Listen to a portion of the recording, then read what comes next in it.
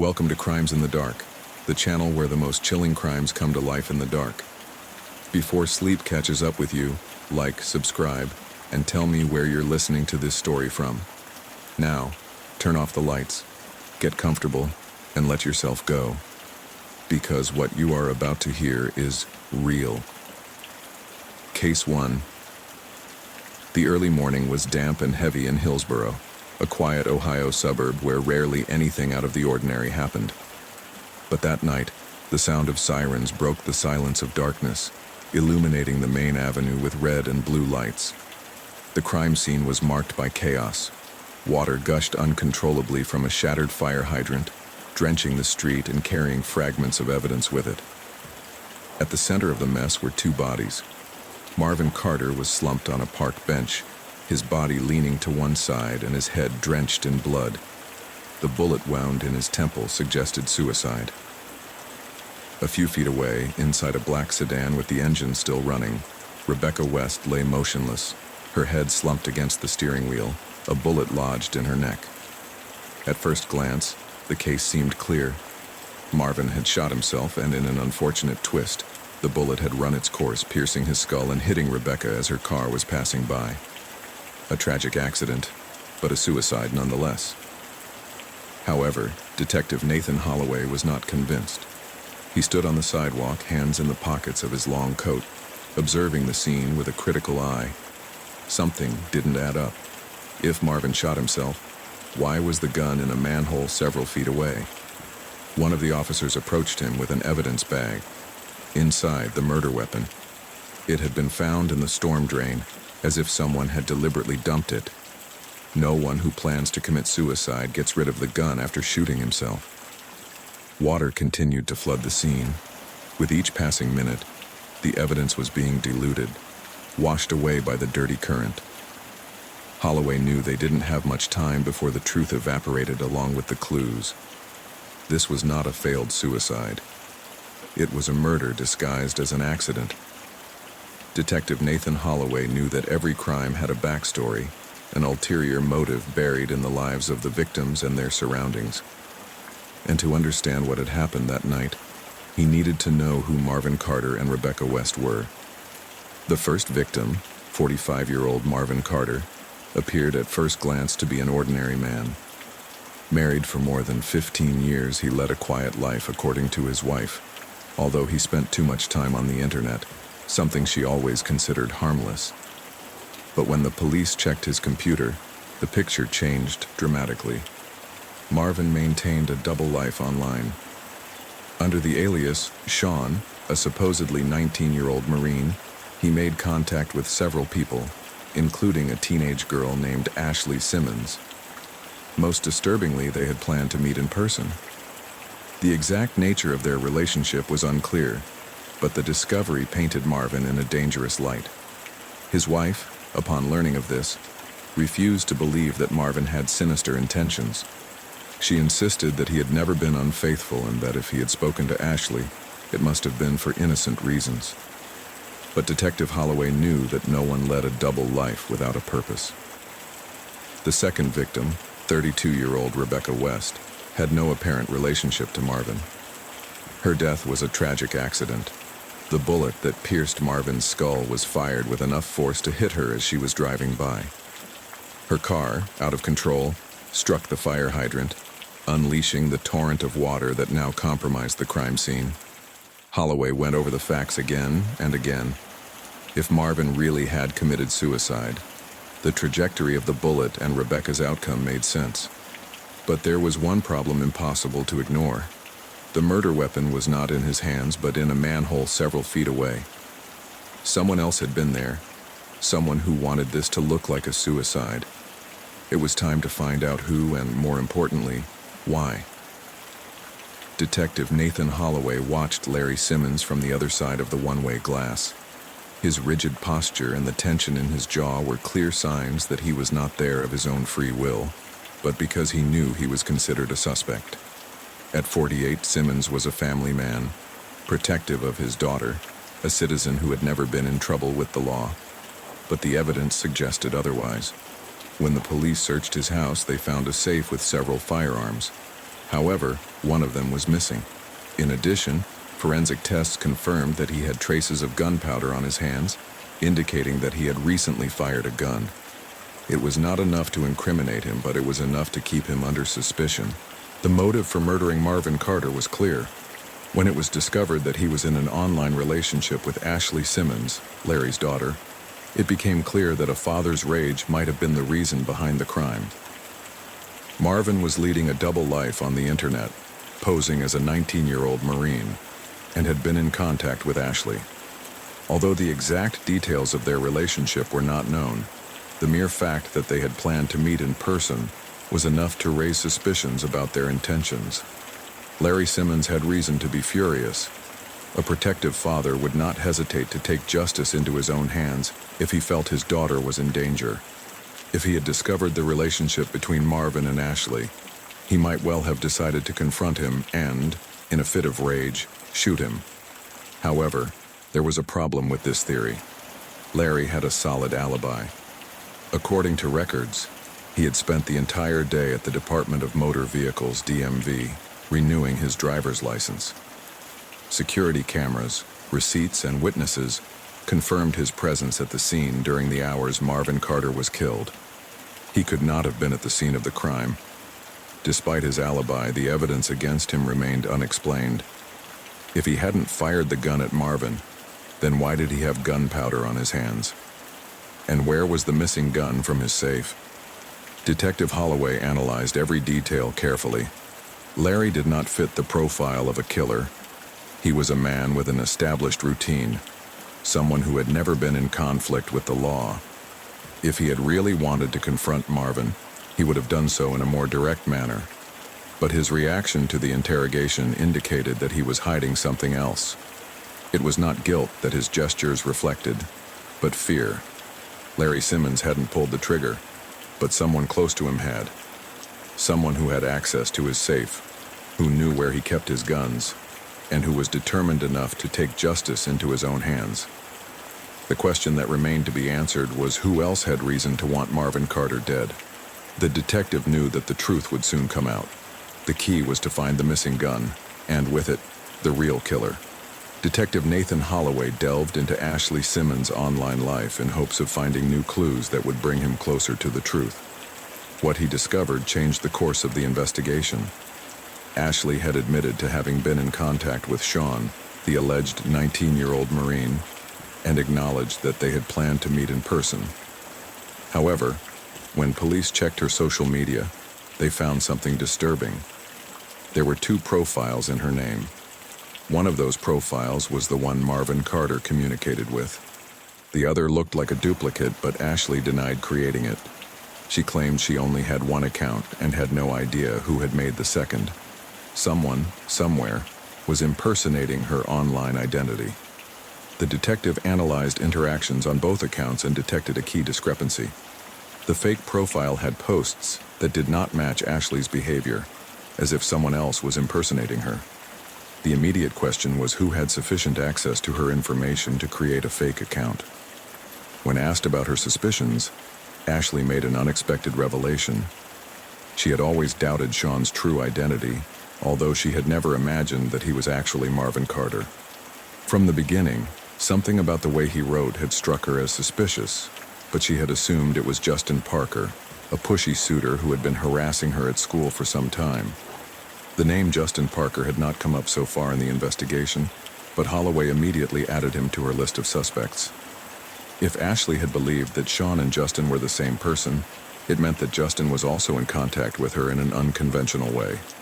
Perhaps he also knew of Marvin's existence and had decided to act before the man could meet Ashley. With this new information, the detective broadened his focus. Someone else was involved in this web of lies and deceit, and if he wanted to uncover Marvin Carter's killer, he had to find out who was behind Ashley's fake profile and what the real connection was between Justin Parker and this crime. The investigation had just become even more dangerous. There was a second false identity in play, and whoever was behind it could be the real killer. Detective Nathan Holloway knew that in every crime there was a truth buried among the lies and secrets of those surrounding the victim. Justin Parker had stayed out of the investigation until the name Sean came to light, revealing Marvin Carter's double life. But Ashley Simmons had unwittingly provided a key piece. She had always suspected that Sean was not who he claimed to be, and believed he was actually Justin Parker, a pushy suitor who had been following her online. Justin Parker was 19 years old, an ordinary-looking young man but with an obsessive personality that made him dangerous. His relationship with Ashley was not something she fully reciprocated, but that didn't stop him from convincing himself that he was her protector. He saw any interaction Ashley had with other men as a threat, and took it upon himself to keep tabs on her online, analyzing every person she spoke to. When she discovered the existence of Sean, her obsession increased. It wasn't just jealousy, but a growing paranoia. To Justin, Ashley was not just a girl he wanted to be with, but someone he had to protect at all costs, even from herself. He was suspicious of Sean from the beginning and took to tracking his online activity. The detective reviewed Justin's digital records and found what appeared to be a disturbing pattern. Justin not only investigated Sean, but tried to trace his IP address, looked for techniques to discover the identity of people behind fake profiles, and even went so far as to look into firearms and ballistics. Most alarming was that, in an online chat, Justin threatened Marvin Carter with death. In direct messages, he told him to stay away from Ashley, that he knew he was an imposter, and that if he dared to meet her, he would regret it. A warning that, in retrospect, seemed more like a promise than a warning. Justin's psychological profile put him on the suspect list immediately. He was territorial, obsessive, and saw Marvin Carter as an enemy to be eliminated. The combination of his obsession with Ashley and his feeling that he was the only one capable of protecting her made him potentially dangerous. The question was whether he had taken that obsession to the extreme. On the night of the crime, Marvin was in the park, sitting on the bench. He was probably waiting for Ashley, unaware that someone else was watching him from the darkness. The trajectory of the bullet, the way the gun disappeared and was found in the gutter, all suggested that the killer had planned the scene with the intention of making it look like a suicide. Detective Holloway knew that Justin had a clear motive for wanting Marvin dead. In his mind, he was eliminating him before he could hurt Ashley. What was still unclear was whether he had access to Larry Simmons's missing gun. When Holloway checked Justin's background, he found that he had no history of violence, but that didn't mean he wasn't capable of killing. Obsession could be as dangerous as hatred, and Justin didn't see his possible crime as murder, but as an act of justice. Now, all that remained was to prove that he had been at the scene of the crime. If it could be proven that he had access to the missing weapon and that he was near Marvin on the night of the murder, then the circle of suspicion would close on him. The detective knew the answers were near. The killer was not just someone with hatred in his heart, but someone who believed he was doing the right thing. After his arrest, Justin Parker finally broke his silence. In the interrogation room, with his eyes fixed on the floor and his hands shaking, he confessed everything. He had killed Marvin Carter. He did it, in his own words, to protect Ashley Simmons. The revelation came as no surprise to Detective Nathan Holloway, who had pieced the events together piece by piece. Justin, obsessed with Ashley, discovered that someone named Sean wanted to meet her. The idea that a stranger could hurt her consumed him completely. It wasn't just jealousy, but a paranoia justified by his warped sense of protection. Justin explained that he researched Sean's profile until he discovered the truth. He was not a 19-year-old Marine, but a 45-year-old man named Marvin Carter. A predator disguised as a teenager, he had tricked Ashley into a meeting. Justin felt he couldn't just sit idly by. He had to act. In her mind, Marvin Carter was a real danger. A man who preyed on minors online. A monster who had to be stopped before he could hurt Ashley. For Justin, there was no choice but to eliminate him. On the night of the murder, he carried Larry Simmons' missing gun with him, a gun he had obtained through the influence of Diana Chandler. He approached Marvin in the park and without a word shot him in the head. What he did not expect was what happened next. The bullet ricocheted inside Marvin's skull and, because of the trajectory of the shot, hit the neck of Rebecca West, who was driving by in her car at the exact moment. Rebecca had nothing to do with the crime but died on the spot. Justin explained that he felt no guilt about killing Marvin. In his mind, he was just doing his duty to protect Ashley. But when he learned of Rebecca's death, he felt deep remorse. He didn't want her to die. She wasn't part of the plan. However, Justin's confession was not the end of the case. Detective Holloway had a key question. If Justin acted alone, why did Diana Chandler seem so interested in framing him? In reviewing the message and call logs, it became clear that Diana had been the one manipulating Justin. Not only did she convince him that Marvin was a danger, she encouraged him to do something about it. For weeks, as she posed as Ashley online, she fed his fear and obsession. Diana didn't stop there. When Justin told her he was planning to do something, she didn't try to stop him. She didn't contact the authorities, she didn't talk to the police, she didn't alert her daughter. She simply let the murder happen. When Justin learned the truth, he exploded with fury. Everything he thought he knew collapsed in an instant. Not only had he murdered for a lie, but he had been a puppet of Diana Chandler. The trial of Justin Parker and Diana Chandler captured the attention of all of Hillsborough, and eventually the rest of the state. A young man obsessed with a girl, a man who lived a double life online, a mother who manipulated everything from the shadows, and an innocent victim who lost her life for no reason. The case was complex, not only because of the nature of the crimes, but because of the psychological and moral implications surrounding it. Was Justin Parker a murderer or a manipulated young man? Was Diana Chandler a woman desperate to protect her daughter or a master manipulator? The prosecution made a strong case. Justin Parker had fired the gun, taking the life of Marvin Carter and indirectly Rebecca West. There was no doubt about the perpetration of the crime. The forensic evidence, the prints on the gun, Justin's confession, all pointed to his guilt. But the defense argued that Justin had not acted of his own free will, but had been emotionally manipulated by Diana Chandler. He was young, impulsive, obsessed with the idea of protecting Ashley and blinded by a lie. He had no criminal record, had not exhibited violent behavior in the past. Ashley Simmons's testimony was devastating. She never knew anything about what was going on until it was too late. She never spoke to Marvin online, never met him in person. It had all been a hoax, orchestrated by her own mother. When Justin learned the truth, his fury in court was uncontrollable. He felt betrayed, used. During his testimony, he cried, he pounded the table, he screamed that he would never have done anything if he had known the truth. But the fact was undeniable. He fired the gun.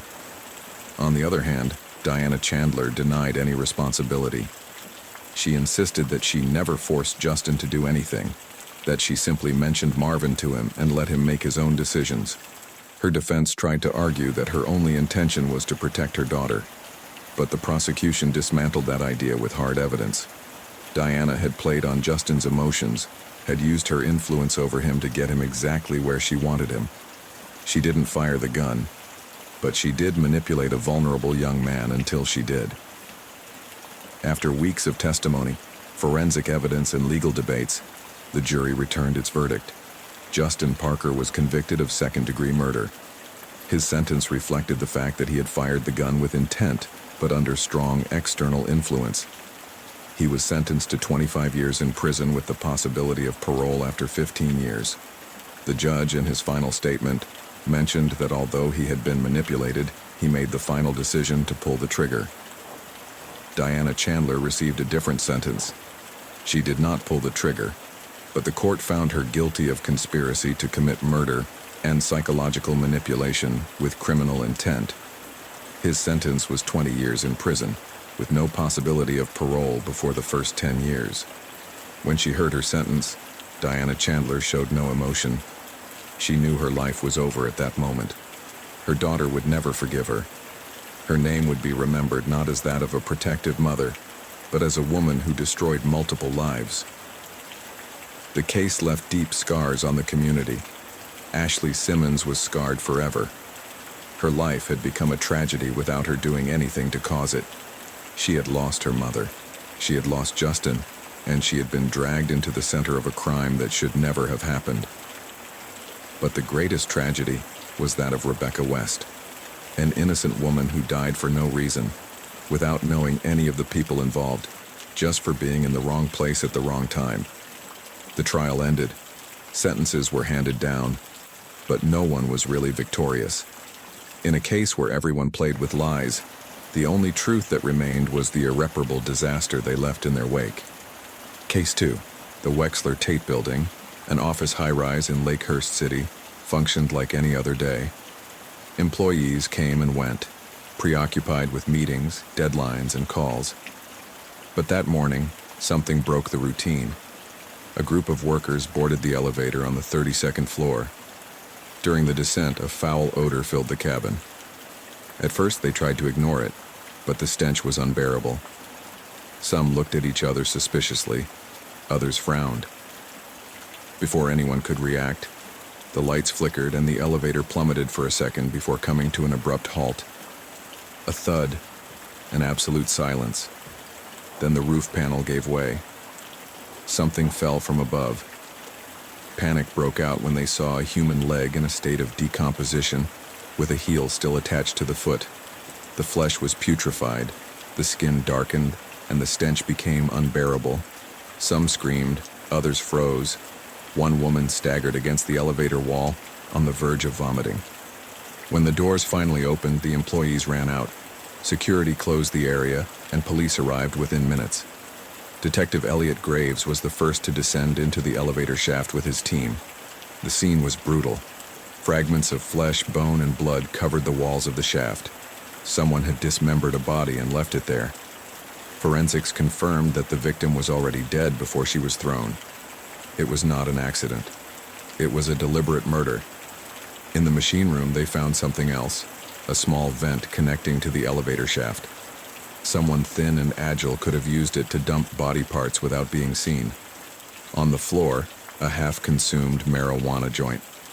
Did it belong to the killer, or to someone who saw too much? Detective Graves knew this was no ordinary case.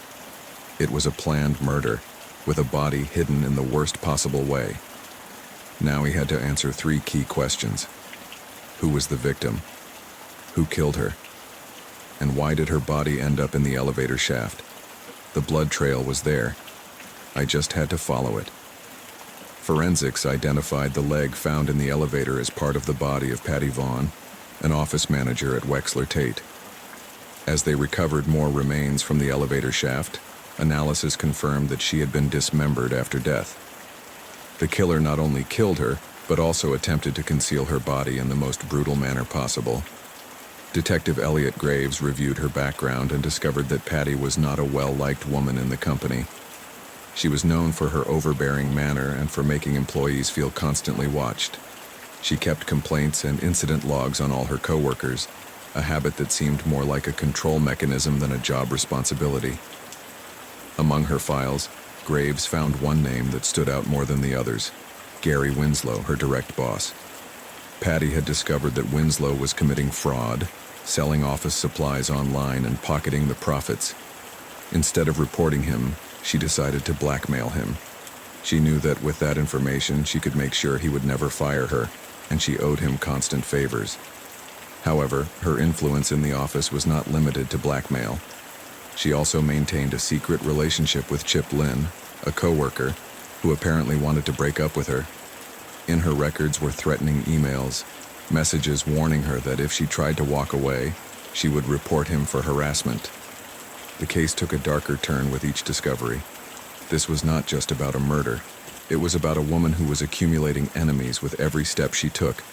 But what caught Graves' attention most was a detail in her financial history. On the night of the crime, Patty ordered takeout with her boss's credit card. This meant that someone else was with her that night. Someone who could have killed her.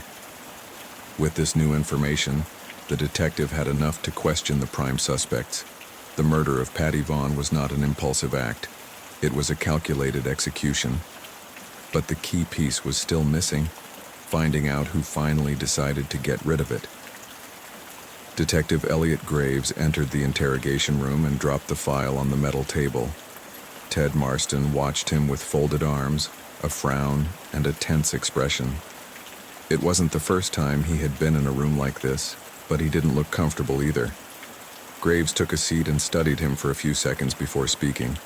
He knew that silence was as effective as any question. Ted averted his eyes and shook his leg impatiently. The detective pulled out an evidence bag and slowly slid it onto the table. Inside was the marijuana joint found in the engine room. Marston made no gesture. Graves left him a few seconds longer in silence before speaking. She asked him if he had been in the building the night of the crime. Ted denied everything. He said he had no reason to be there after hours, but the DNA tests contradicted him. Graves showed him the report. The marijuana found in the engine room had his DNA on it. Marston's silence lasted too long. The detective pressed again. Why lie about something so simple? If he had only been smoking, why not admit it from the beginning? Finally, Marston exhaled in frustration. Yes, he had been in the building. Yes, he had smoked in the engine room, but that didn't mean he had killed Patty Vaughn. Graves didn't take his eyes off her. He knew Marston hated Patty, and with good reason. She was constantly watching him. He asked if Patty had threatened to fire him if she caught him smoking. Marston clenched his jaw before answering. He said Patty was a problem for everyone, that she was always snooping around in other people's lives looking for ways to make people miserable. But he insisted that he didn't kill her. Graves reminded him that not only had he been in the building, but he had lied about it. That made him a suspect. Marston leaned his elbows on the table and shook his head. He said he had gone to smoke because it was the only place in the building where he could do so without being disturbed. He said he didn't see or hear anything strange that night. The detective asked him if he saw anyone else in the building when he was there. Marston was slow to respond. He then said he thought he heard footsteps on the upper floors but paid no attention. Graves let him talk. Sometimes suspects revealed more when they thought they were safe.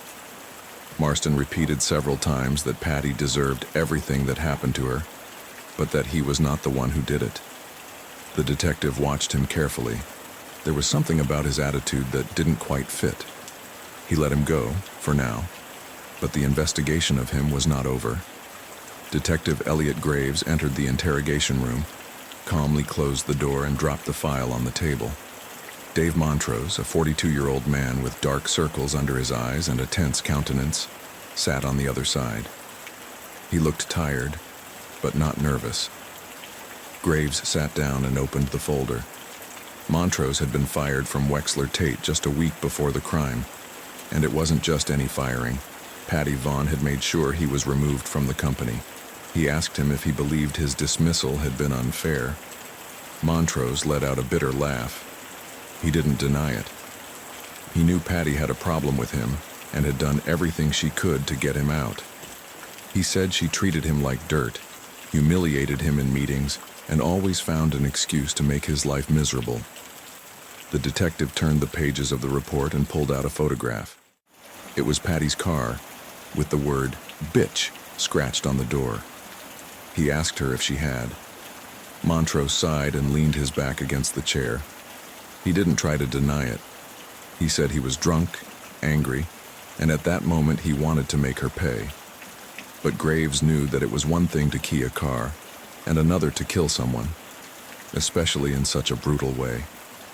He asked him where he had been the night of the murder. Montrose didn't hesitate. He spent the night drinking with a co-worker and then played online video games. Graves crossed his arms, and how could he prove it? Montrose shrugged and said the game had online activity logs. His account, his connection history, everything could be verified. The detective had already requested that data, and indeed, Montrose had been online playing online games during the hours of the murder.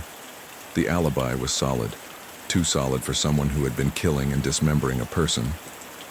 Graves closed the file. Dave Montrose had reason to hate Patty, but he didn't have a chance to kill her. He was not her killer, but the killer was still at large. Detective Elliot Graves watched Gary Winslow as he settled into the chair across from him. Winslow, 50 years old, was the type of man who always seemed to be in control. His clean-shaven face and calculating gaze showed someone who knew how to handle himself in any situation. However, Graves knew that, like everyone else, He had something to hide. He asked him directly if he knew why he was there. Winslow showed no signs of nervousness. He knew he was under suspicion because of his relationship with Patty Vaughn, and he was prepared to defend himself. Graves mentioned to her the fraud he was involved in, selling office supplies over the internet. He knew Patty had discovered the scam and, instead of reporting it, had used the information to blackmail him. Patty had told him that if he didn't keep his job, she would turn him in. Winslow, keeping his cool, denied ever having been afraid of being discovered by Patty. He downplayed her threat, saying he was always in control of the situation. However, upon seeing the file with Patty's threat, Graves noticed how Winslow's face hardened. She asked him if he knew that Patty had used his credit card the night of the crime. Winslow was quick to respond, stating that Patty used my card for office expenses, nothing else. Graves showed him the records. The credit card was used to order takeout the night Patty died. Although Winslow denied that he was with her that night, he offered no other explanation for the use of his card. The detective did not let that opportunity pass him by. He reminded him that if Patty had reported him for the fraud, he would have lost his job and faced charges. Winslow apparently knew he couldn't let that happen.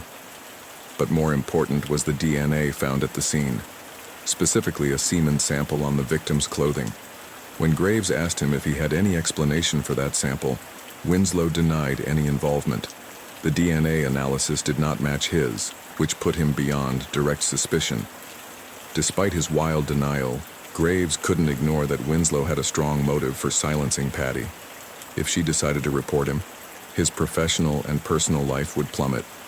Winslow insisted that there was nothing between him and Patty that could have led him to murder her. However, his answers continued to be evasive when asked about his relationship with her. There was something that didn't add up, and the detective knew the answers were between the lines Winslow didn't want to tell. Detective Elliot Graves watched Chip Lynn as he sat, visibly uncomfortable, in the chair across from him. Chip, 29, looked nervous, as if he was about to be caught at something he couldn't control. There was something in his attitude that told Graves that Chip knew more than he was willing to admit. She asked him directly about his relationship with Patty Vaughn. Chip at first hesitated before answering, but eventually admitted that they had been having a secret affair. He said it was something that started in the office, but things quickly got complicated. Graves asked him why, if they were in a relationship, he had decided to end it. Chip explained that he couldn't go on with someone like Patty. She was domineering, manipulative, and her controlling attitude had begun to overwhelm him. Graves watched Chip's reaction. It was clear that the young man felt resentment, but there was also fear in his words. When the detective asked him if Patty had ever made threats against him, Chip was quick to respond. He said that Patty had threatened to report him for harassment if he tried to end the relationship. The threat had been clear. If he tried to leave, Patty would make him pay with a harassment charge, something that would have destroyed his career. Graves asked him if that was the reason he found himself in the situation he was in now. Chip couldn't help but admit that he had felt trapped, cornered by Patty's threats. The relationship, though never fully public, had gone in a direction he couldn't back away from. The detective also asked him about the night of the crime. Chip denied being at the office, but as with other suspects, the alibi he presented was weak. He said he was at home playing video games, but could not provide convincing evidence of his location, nothing to verify his words. When confronted with the evidence of his relationship with Patty and the threats she made to him, Chip seemed to lose control. He said Patty had been pressuring him for weeks. When asked if he had killed Patty, Chip denied everything. He said he was not a murderer, but his answers were still loaded with contradictions. Detective Graves had no doubt that Chip was hiding something. There was a clear reason Chip felt he had no choice but to get rid of Patty. The pressure to keep the relationship secret, her threats, and the emotionally charged situation seemed to have pushed him over the edge. Chip finally broke down, admitting that he had been close to Patty that night, but insisted that he was not the one who killed her. However, the detective knew that in his mind, Chip had been looking for a way out of that relationship. He may not have been the killer, but he knew too much, and that made him even more dangerous as a witness. Detective Elliot Graves entered the interrogation room with a determined look on his face. Across from him, 27-year-old Christine Dalton sat, nervous but trying to maintain a composure she was clearly struggling to maintain. Christine was Wexler Tate's receptionist, the one who had been at the door of the firm for as long as Patty Vaughn had worked there. If anyone had witnessed Patty's daily interactions with the other employees, it was her. Graves began in a direct manner. He asked her if she knew Patty well. Christine nodded.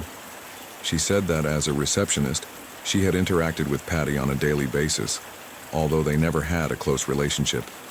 Patty was respected but feared, especially for her attitude in the office. Christine noted that she had often heard employees complain about the way Patty treated them. It was no secret that Patty had enemies. The detective wasted no time in asking her if she had noticed anything strange or out of place in the days leading up to the murder. Christine looked thoughtful before answering. He said he had noticed tension in the office. There were rumors about Patty's relationship with Chip Lynn and the problems they were having. Although Christine didn't know the exact details, everyone was talking about it in the hallways. She also mentioned that Patty had had some run-ins with Gary Winslow over the past few days. Graves watched her carefully. He knew the details Christine gave could be relevant, but nothing seemed to point directly to her as a suspect. He asked her about her location the night of the crime.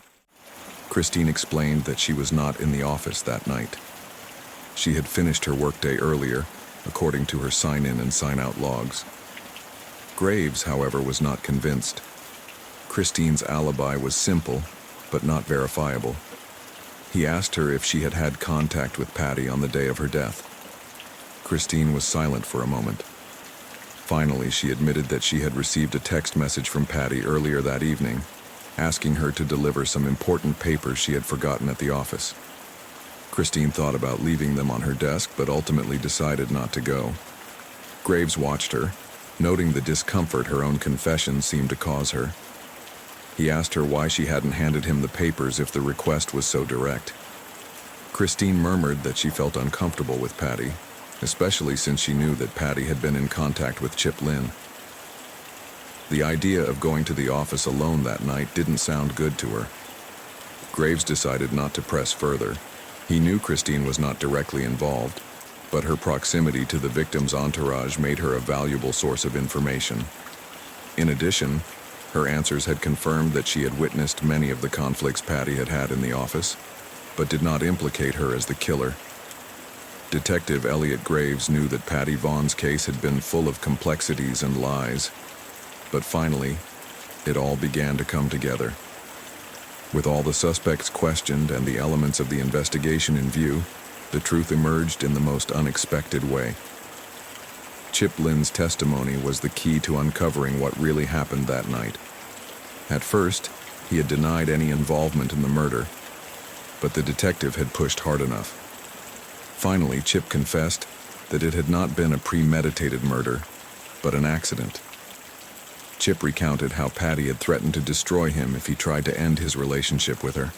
She had emotionally cornered him, making it clear that she would report him for harassment if he tried to break up. During one confrontation, Patty had started yelling, pushing him even harder. At that point, Chip, in a fit of frustration, threw a stapler at Patty, not with the intention of killing her, but to shut her up and end the conversation. The stapler impacted Patty's head, causing a pre-existing aneurysm to rupture. Patty fell to the ground with no sign of life. Chip was paralyzed, not knowing what to do. Anger and fear gripped him. It was then that Christine Dalton, the receptionist, who had witnessed the confrontation, entered the scene. She was there, fearful of the repercussions. She knew that if Patty died and the incident became known, they would both be reported. Fearing that Patty would tell on them for everything that had happened, Christine decided to help Chip hide the body. Together, they opened the elevator doors. They knew the elevator shaft was an ideal place to dispose of the body. With speed and desperation, they threw Patty's body inside. What appeared to be an attempt to hide the crime turned into a strategy to save themselves. Fingerprints on the elevator doors and a fragment of fingernail with blue nail polish on it were the evidence that ultimately incriminated Christine. During the process of hiding the body, she left a crucial mark, a fragment of her broken fingernail with a blue polish that exactly matched the polish she wore on her hands. Detective Graves had seen this evidence as a crucial piece of the puzzle. Christine had been the necessary accomplice in the concealment of the crime, and without her help, the body would probably have been found much earlier. With Chiplin's confession about the accident and Christine Dalton's involvement in the cover-up, the case finally took shape. The murder was not intentional, but the culprits decided to cover it up to avoid the consequences. Graves leaned back in his chair, looking at the final reports. Patty Vaughn's cause of death was the rupture of a pre-existing aneurysm due to the impact of the stapler. Although not a deliberate murder, it was the cover-up that sealed Chip and Christine's fate. Both were arrested, although the trial would likely reflect the nature of the crime. An accident that turned into a fatal cover-up.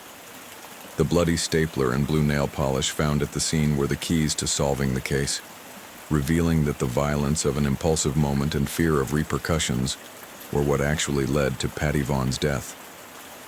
The investigation was over, but for the culprits, the price of their attempt to cover up the crime would be much higher than the truth that finally came to light. Case 3. A busy Rivermount intersection became the scene of a tragedy.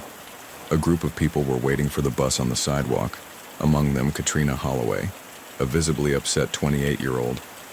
Her eyes were bloodshot and she was hugging several bags of designer clothes. Suddenly, she was violently pushed into the street. Within seconds, she was hit by a moving bus. She was dragged several meters before the driver braked. Death was instantaneous. The shocked witnesses could do nothing. Some screamed, others called emergency services, but the result was the same. Katrina was dead. Police arrived, and upon reviewing the scene, two hypotheses began to emerge. The first, suicide.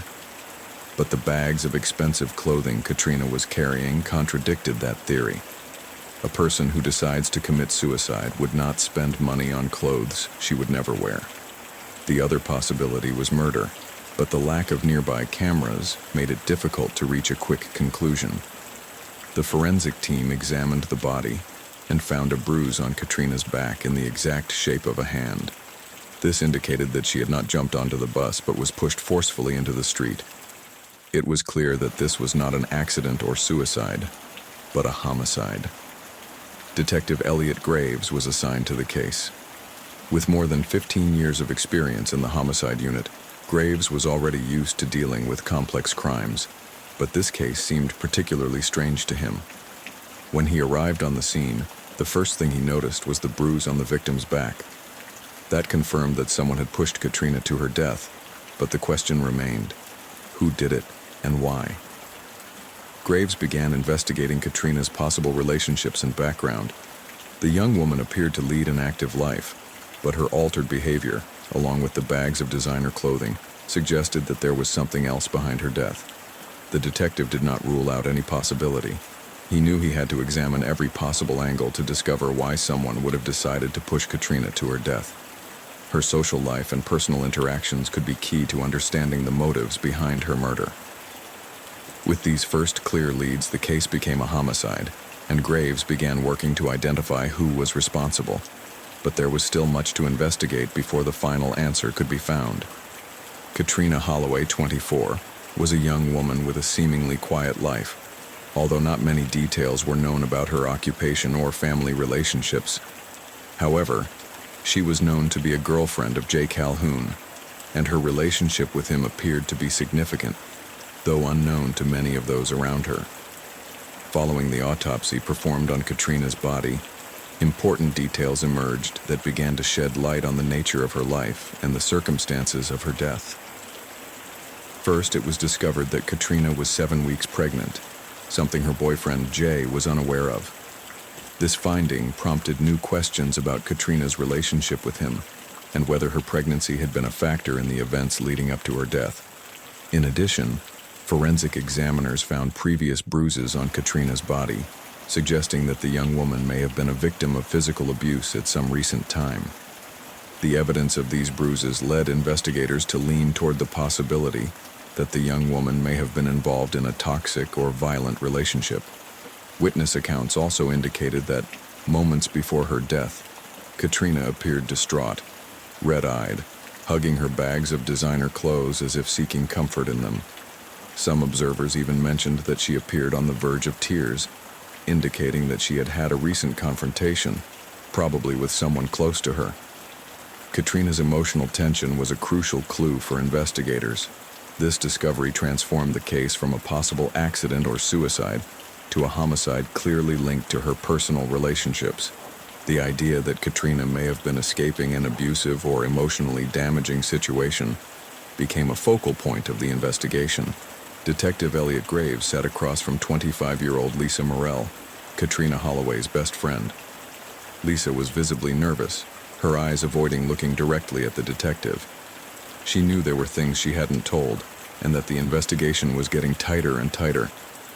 Lisa and Katrina had been close friends since college, but in the days leading up to the murder, their relationship had broken down over an intense argument. According to Lisa, she had tried to convince Katrina to leave her boyfriend, Jay Calhoun, because she knew he was abusing her. Katrina, however, was unwilling to listen. Instead of taking Lisa's concerns into account, Katrina defended herself tooth and nail, and in the end, the argument escalated to the point that Katrina blocked Lisa on her phone and social networks. Graves asked her if she had had contact with Katrina after that fight.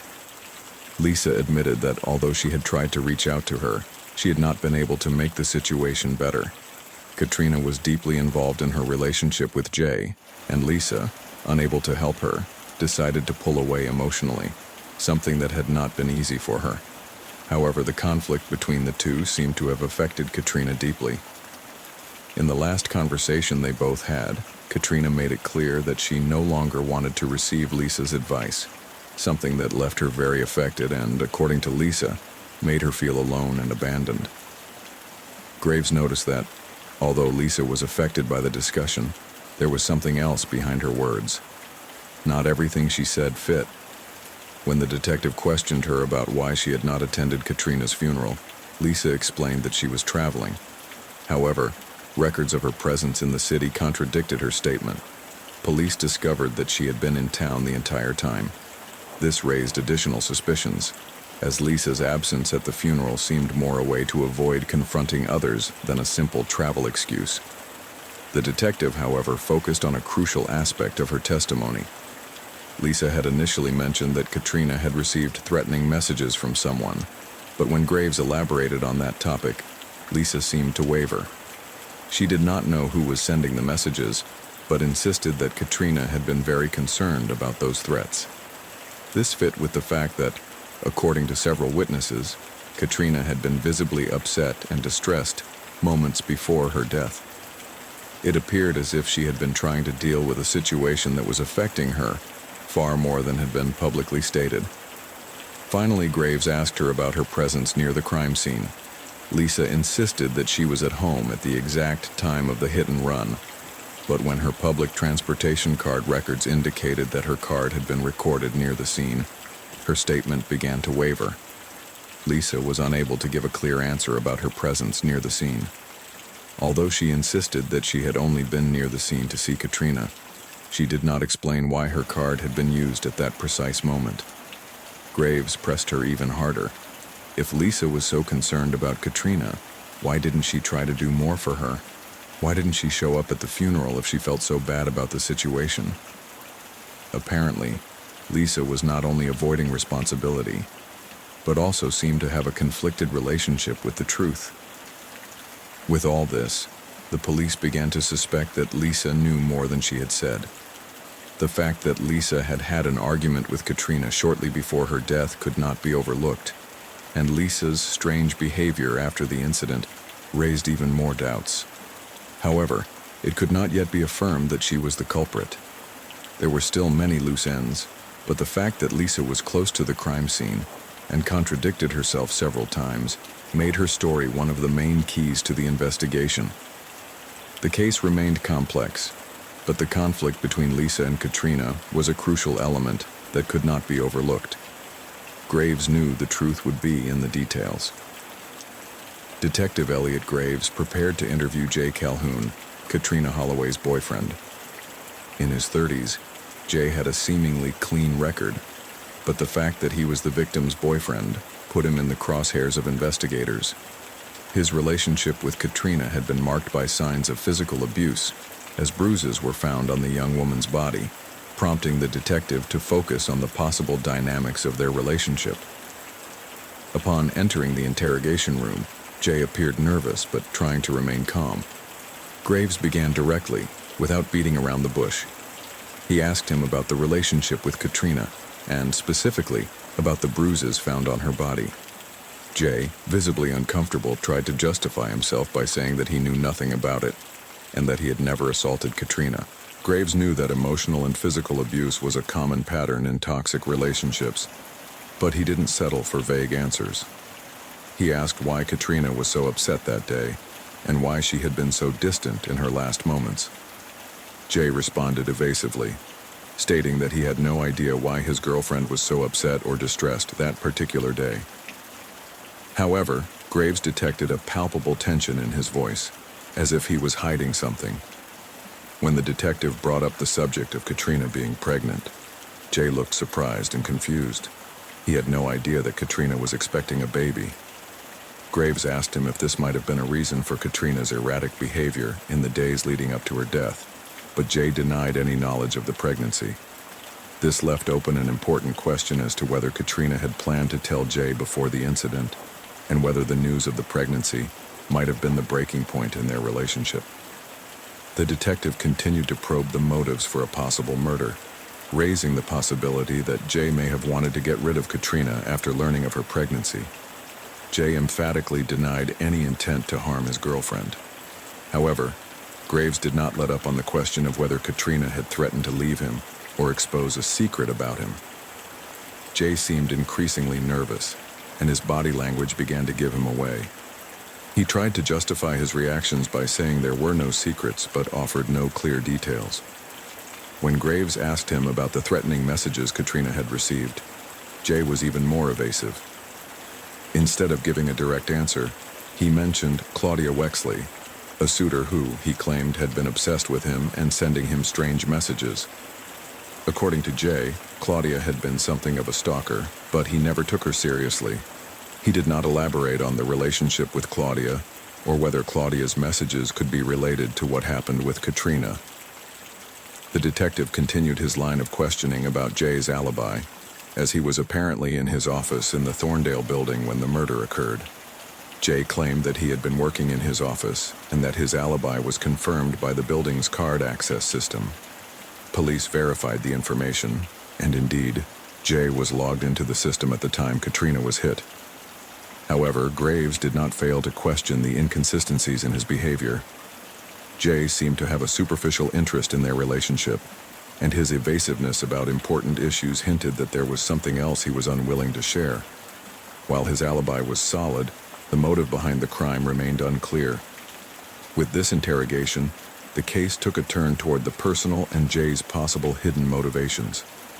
Although his alibi checked out, the tension in his account of Katrina's pregnancy, his reaction to the threatening messages, and his relationship with Claudia Wexley left more questions than answers. Graves knew he had to keep digging for hidden details that could shed light on Katrina Holloway's death.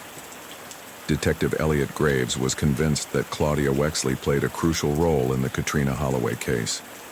Although she had no direct relationship with the victim, Claudia's obsession with Jay Calhoun had placed her at the center of the investigation. Claudia, 27, had been targeted by Jay in the past when he sought a restraining order against her because of her harassing behavior. Upon entering the interrogation room, Claudia seemed calmer than expected. Her attitude seemed to be trying to disguise what Graves knew about her, that she had been obsessed with Jay Calhoun for some considerable time. She worked for a plant maintenance company in Jay's office, which allowed her to be near him regularly, something that in her case had become an excuse to follow him. Graves began his interrogation by asking her about her relationship with Jay in a straightforward manner. Claudia admitted that she had been in love with him, but claimed that it had all been a simple unrequited crush. According to her, there was nothing inappropriate about his behavior. However, evidence of her obsession was beginning to emerge, and Graves had no intention of letting her get away with vague answers. The detective continued to ask about Claudia's background, especially the restraining order that Jay had filed months earlier. Claudia tried to downplay this, saying that it was nothing serious and that Jay had blown things out of proportion. Graves did not believe her version, knowing that the request for the restraining order indicated that Jay had felt her behavior was becoming dangerous. Graves focused on Claudia's home, where a shrine dedicated to Jay was found with photos, unsent letters, and various items she had stolen from his office. Claudia did not deny any of this. She said it was all part of an innocent game, that she had never intended to cause harm. But Graves knew that Claudia's obsession was far more dangerous than she wanted to admit. When questioned about Katrina, Claudia showed no signs of remorse. Katrina, she felt, was an obstacle. Jay seemed to have a real crush on her, which made Claudia feel jealous and desperate for her attention.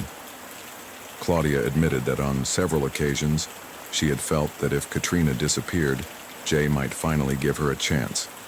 However, she denied having anything to do with Katrina's death.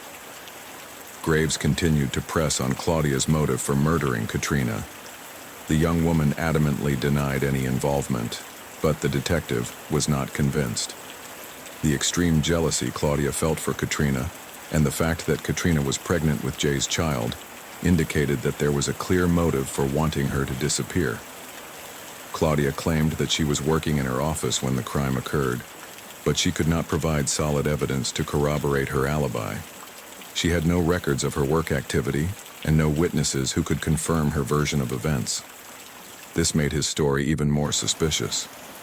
In addition, her presence in the city and the fact that she did not have a verified alibi made her a key player in the investigation.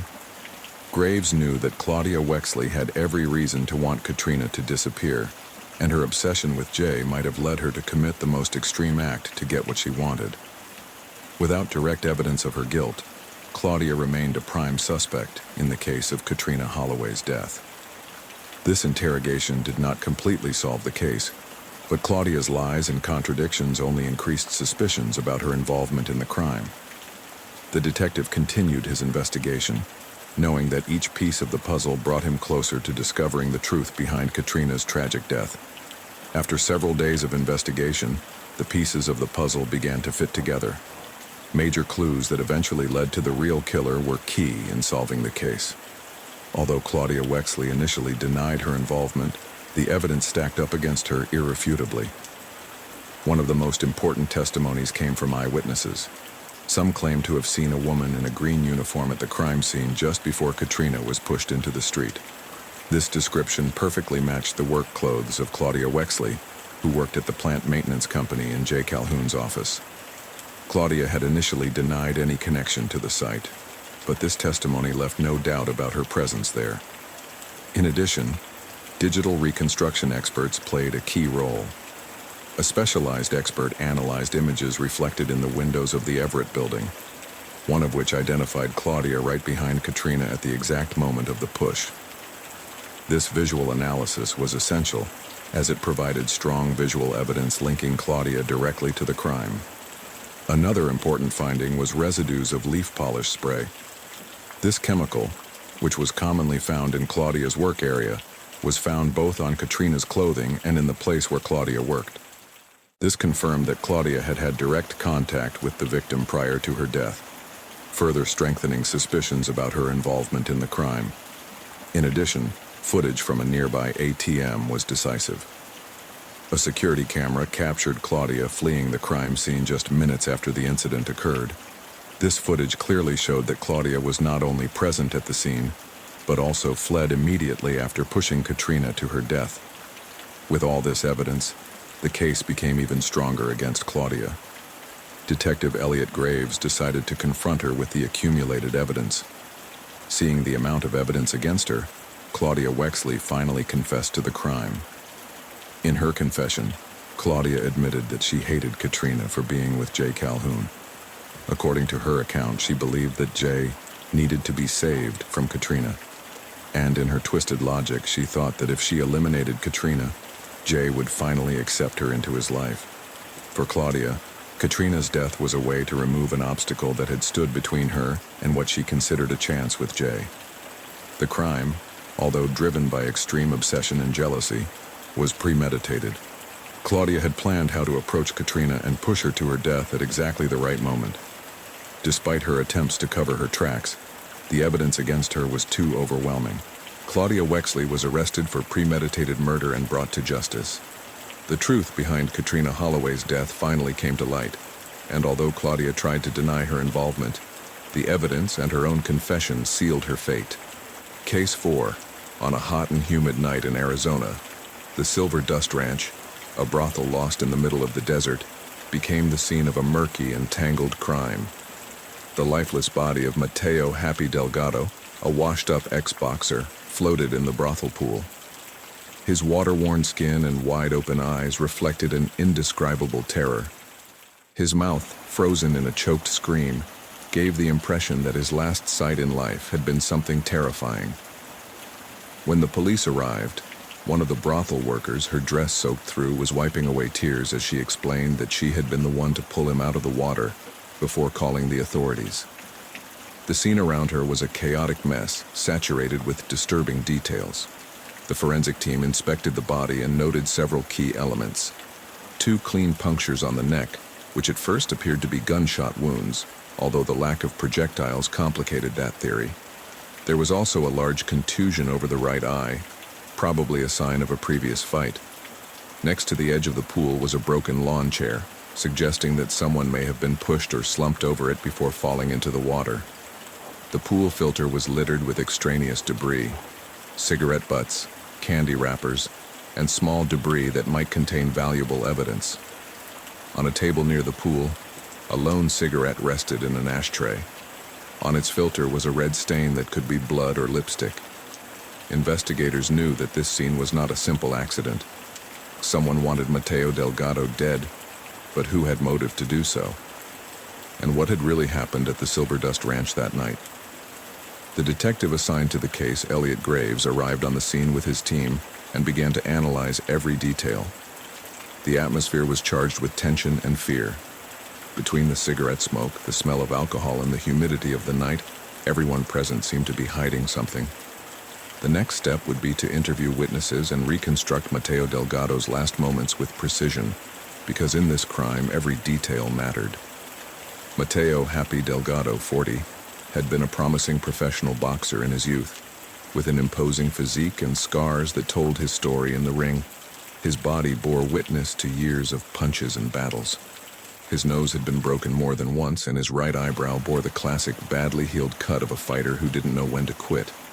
His nickname, Happy, had been a cruel irony in his later years. What had once been a confident smile and a defiant attitude in the ring became a shadow of its former self. His addiction to partying, alcohol, and drugs destroyed his career. The glory of boxing was behind him, and when it was time to retire, he did not accept it. He became a desperate man, trying to find any excuse to return to the ring, even though his body no longer responded. The Silver Dust Ranch was a place I visited frequently. In that environment, Mateo was not a beloved customer. The brothel workers feared him, and rightly so. His violent, arrogant, and contemptuous attitude made him a regular problem. He was the kind of man who thought he owned everything and would not take no for an answer. His presence in the brothel was a constant threat, and for many, his death was not a surprise, but the inevitable end of someone who had been defying the wrong people for too long. With this background, Detective Elliot Graves knew Mateo had not died by accident. Someone wanted him out of the way, and the list of suspects was long. Now the key was to find out who, of all the people who hated him, was the one who finally pushed him to his death. Detective Elliot Graves encountered a shrewd woman, accustomed to handling complicated situations and keeping secrets. Amona Moretti, co-owner of the Silver Dust Ranch, was much more than the wife of Frankie Moretti, the brothel owner. Intelligent and manipulative, she had known how to walk the fine line between control and chaos, but in this case, she seemed to be losing control. From the first moment, Amona was visibly affected by the death of Mateo Happy Delgado. She was confused, frightened, and above all filled with rage. When pressed by Detective Graves, she confessed to having been with Matteo in a secret room in the brothel. According to her account, they had met in private like so many other times, but this time something was different.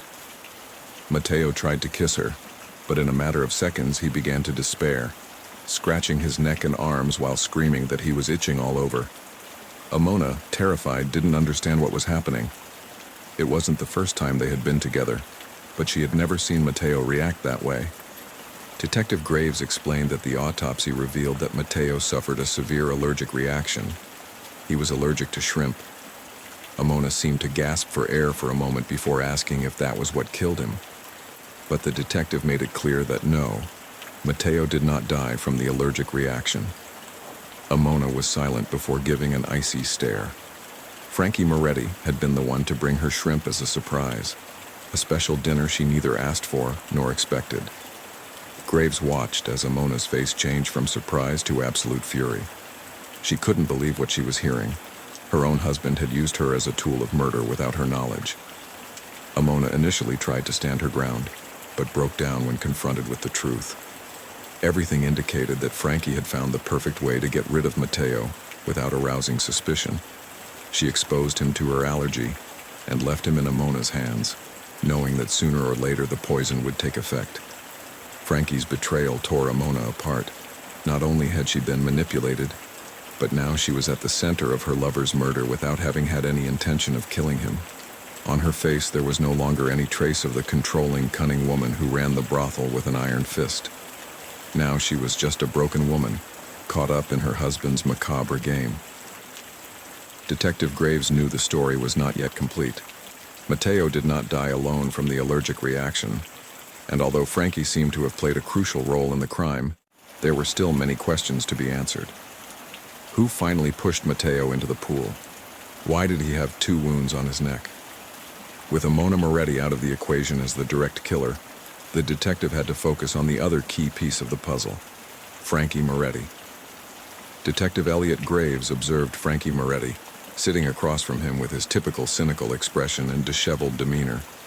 Owner of the Silver Dust Ranch, Frankie was a man of power and control, used to running the brothel with an iron fist. His intimidating presence was not enough to hide the secrets that were now beginning to come to light. Frankie did not deny his contempt for Matteo Happy Delgado. He had taken him in at the brothel, giving him shelter to train, but he soon regretted that decision. Matteo was trouble, a violent guy who respected no one and believed he could do whatever he wanted. But more than anything else, Frankie hated him because he discovered that his wife, Amona Moretti, was cheating on him. His form of revenge was calculated. Frankie knew Matteo was allergic to shrimp. In a devious move, he fed his wife shrimp, knowing that as soon as Matteo kissed her, she would suffer an allergic reaction. It was the perfect way to kill him without getting his hands dirty. But Graves knew this didn't explain everything. Matteo had not died from the allergic reaction. In fact, when his body was found in the pool, he was still alive before he fell into the water. Moreover, the wounds on his neck and the severe blow to the head were not consistent with the idea of a simple allergy. Frankie kept her attitude relaxed, as if she had already done her part and had nothing more to do with Matteo's death. But the evidence said otherwise. While the shrimp's plan may have weakened Matteo, someone else made sure to kill him. Detective Graves knew that Frankie had more enemies than he could count, and that the list of people who wanted Matteo Delgado dead was just as long. Now the key question was, if Frankie didn't finish the job, who did? The case was not yet solved. Matteo had been weakened, but someone else had attacked him directly. Graves knew there was another missing piece to the puzzle, and the real killer had yet to be discovered. Detective Elliot Graves settled back in his chair, watching Eddie Langley intently. He was not a man who talked much, but when he did, his tone was direct and matter-of-fact. He didn't try to justify his actions, he simply related the facts as he remembered them.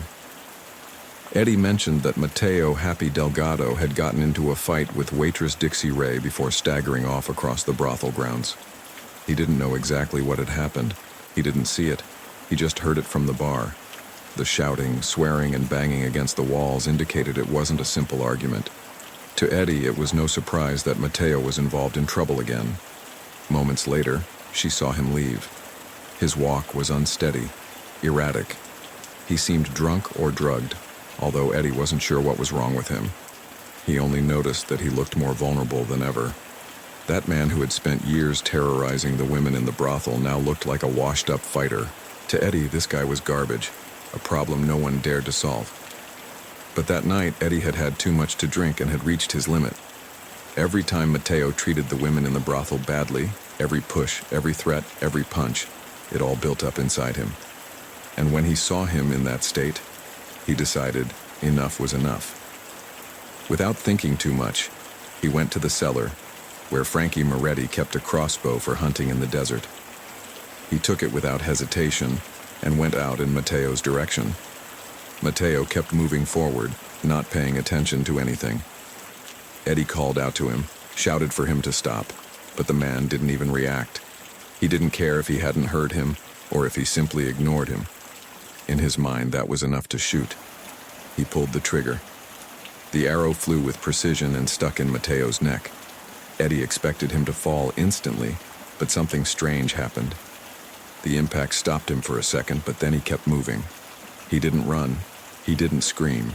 He just kept moving slowly, with one hand on his neck and the other trying to stay on his feet. Eddie froze. He'd seen him kill animals with that crossbow, and none had ever stood up after a shot like that. But Mateo, somehow, was still alive. He was bleeding, but he was moving forward. Eddie thought he had killed him, but then realized that all he had done was give him more time to live. The shot in the neck had pierced the skin, but instead of killing him instantly, the wound allowed him to breathe better, as if it had relieved something that was suffocating him. Mateo didn't stop, didn't look back. He just walked away, staggering, losing himself in the darkness of the brothel. Eddie didn't follow. He didn't care what happened next. In his mind, the job was done. Mateo was mortally wounded, and it was only a matter of time before he collapsed. But the detective knew that Eddie had not been the one who killed him. His shot wasn't the final blow. Mateo still had a ways to go before his death, and that meant someone else finished the job. Eddie showed no remorse or concern for what he had done. If Mateo died, so much the better. To him, what he did was an act of justice that no one else had the courage to carry out. Detective Elliot Graves watched Dixie Ray as she spoke with unusual calm. She didn't hesitate, she didn't cry, she didn't seem remorseful. Her gaze was steady, the look of someone who had made a decision long before this happened. Mateo Happy Delgado had been her torment for too long. She had endured it, she had dodged it, she had tried to stay out of its way. But that had never been enough. Mateo enjoyed the fear he generated in the brothel. He knew he could do whatever he wanted without anyone daring to stop him, until Dixie decided that the only way to end the problem was to do it herself. That night, everything was in his favor. Mateo had gone first to the room of Amona Moretti, his mistress, unaware that he was being unintentionally poisoned. Frankie Moretti had given his wife shrimp, knowing that contact with Mateo would cause an allergic reaction. When he left that room, Mateo was no longer the strong and dangerous man everyone feared. Dixie was in the hallway when Mateo bumped into her. It was an instant, a moment of opportunity. Mateo was panting. His throat was closing up. His body was not responding as strongly as usual. Dixie didn't think twice. He pulled out a syringe from his pocket and, without giving her a chance to react, plunged it into her skin. Snake venom. He had obtained that toxin weeks before, ready to use it at the right time. She knew that if Mateo became suspicious, if he saw any sign of danger, it would be impossible to defeat him physically. But that night he was already weakened, disoriented. It was now or never. Mateo stepped back, confused, clutching his neck. He wanted to speak, to ask for help, but his voice would no longer come out. He looked at her as if he couldn't believe what was happening. He tried to grab her arms, but Dixie wouldn't let him. With all the strength he had, he grabbed a metal crowbar that was leaning against the wall and struck him in the head. Matthew fell to his knees, blinking as if he still didn't understand that this time he wasn't going to be able to win. Dixie watched him collapse. She felt no fear. She felt no guilt. When questioned, she said that she only defended herself, that Mateo tried to attack her, and that she had no other choice. But the autopsy showed that was not what killed him. The blow to the head was strong, but not lethal. The poison was already doing its work, slowly paralyzing his body. However, Matthew was not yet dead. He still had some way to go before the end. Dixie was not the last person to see him alive. Someone else finished what she had started. Detective Elliot Graves sat in his office and looked at all the clues scattered on the table. The scene had been chaotic from the beginning, but now it all made sense. What at first appeared to be a simple murder turned out to be a tangled crime, with multiple perpetrators and a macabre irony. Everyone tried to kill him, but in the end, it was the fall that finished him off. Mateo, Happy Delgado, had many enemies, and that night, they all decided it was time to finish him off. Frankie Moretti was the first to make his move. He knew of his wife, Amona Moretti's infidelity with Mateo, so he used deception to poison him indirectly. He gave shrimp to his wife, knowing that Mateo was allergic, and that, when they met, intimate contact with Amona would weaken him. He didn't need to touch him, just wait. When Mateo left Amona's room, he was no longer the same. His body was reacting to the poison, his breathing was becoming more difficult, his usual strength was fading. In the hallway, Dixie Ray waited. She hadn't planned to meet him at that moment, but when she saw him staggering, she knew this was her chance. Without giving him time to react, she plunged the syringe with snake venom into his skin. The poison weakened him even more. Mateo was already struggling to breathe, and now, the poison was beginning to paralyze him. He wanted to speak, to call for help, but Dixie hit him over the head with a metal crowbar. It wasn't enough to kill him, but it was enough to make him stagger even more. With his body deteriorated by allergy, poison, and shock, Mateo staggered out of the brothel. Eddie Langley saw him, and that was the breaking point. Eddie had always hated Mateo. He had seen how he treated women, how he humiliated and beat them without consequence. He had put up with it for too long. So when he saw him weak, lost, and vulnerable, he took the crossbow and shot him. The shot in the neck should have been Matthew's immediate death, but somehow, it kept him alive longer. The arrow opened his skin, but it also eased the pressure in his throat caused by the allergy. Inevitably, Mateo kept walking. Badly wounded, poisoned, and disoriented, he made his way to the brothel pool. He collapsed on a lawn chair and stayed there. His body could take no more. Detective Graves reviewed the autopsy one more time. The marks on his body, the wounds, the toxins, all indicated that he was attacked from multiple fronts. But what finally killed him was the impact against the broken chair when his body could no longer support itself. Mateo died not from a single murder, but from the accumulation of failed attempts. Each one thought he was finished with him, but in the end, it was his own body that could not resist any longer. In an ironic twist, everyone tried to kill him, but what really killed him was a simple fall. Graves exhaled slowly. This was not a normal case. There was not one culprit, but several. Each had their part to play in Matthew's death, and none of them could say their hands were clean. The trial for the death of Mateo Happy Delgado was a legal nightmare. The prosecution had the challenge of proving that, although none of the defendants caused his death alone, they all contributed to it. This was not a typical murder case, but a chain of attempted murders that, taken together, led to the final outcome. The prosecutor's strategy was clear. Prove that each defendant acted with intent to harm the victim, and that, without their actions, Mateo Delgado would not have died that night in the Silver Dust Ranch pool. Although the exact cause of his death was a combination of factors, each assault weakened his body until he finally collapsed. Frankie Moretti was singled out as the first link in the chain of events. His intention was clear: to take revenge on Mateo for his infidelity with his wife. He fed Amona shrimp, knowing that as soon as he was with Mateo, his allergy would do the rest of the work. It did not kill him directly, but it weakened him and left him vulnerable to what would come next. His defense tried to argue that his intention was never to kill him, only to teach him a lesson.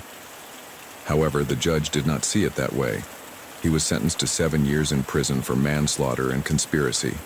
Amona Moretti, although an unwitting part of her husband's plan, was questioned about her role on the night of the crime. She collapsed on the stand upon discovering that she had been used as a weapon by Frankie without even realizing it. There was no evidence that she acted with criminal intent, but she withheld information on initial questioning, which led to her receiving probation and a criminal record for obstruction of justice. Dixie Ray was one of the most controversial figures in the trial. Her defense claimed self-defense. For years, Mateo had harassed, beaten, and persecuted her until she decided to take control. Her plan was not impulsive, it was meticulous. At trial, prosecution lawyers showed that she injected Mateo with snake venom when she found him staggering in the hallway. Then, when he tried to grab her, she hit him over the head with a metal crowbar, but the autopsy made it clear that neither the poison nor the blow killed him instantly. His sentence was 5 years in prison with the possibility of parole in 3. Eddie Langley was the hardest to defend.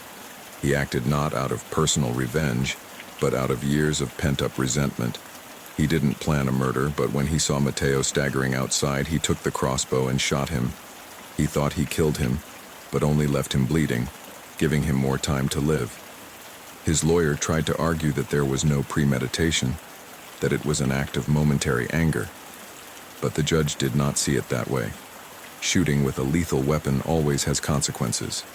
He was sentenced to 8 years in prison without the possibility of parole. The trial was chaotic, and the resolution left many unsatisfied. There was not one culprit, but several. Each contributed a little to Mateo's death, and all paid for it in one way or another. The Silver Dust Ranch closed soon after, dragged down by Frankie Moretti's bad reputation and absence. Dixie Ray, even from prison, was seen as a hero by many of the women who worked at the brothel. Eddie Langley never showed remorse. His final statement was clear. If I could go back, I'd shoot him again. Mateo Delgado's case was a reminder that monsters can be created over time, but when they cross the line, there is not one executioner to punish them, but many. Case 5.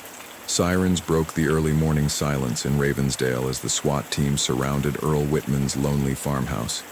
The property, a barren tract of land with a ramshackle house and dilapidated barn, loomed in the gloom like a vestige of madness and isolation. For years, Whitman had been an eccentric figure in the community, a man who preached theories about reptilian beings infiltrating society, a hermit armed to the teeth who had cut himself off from the outside world, convinced that his only salvation was violence.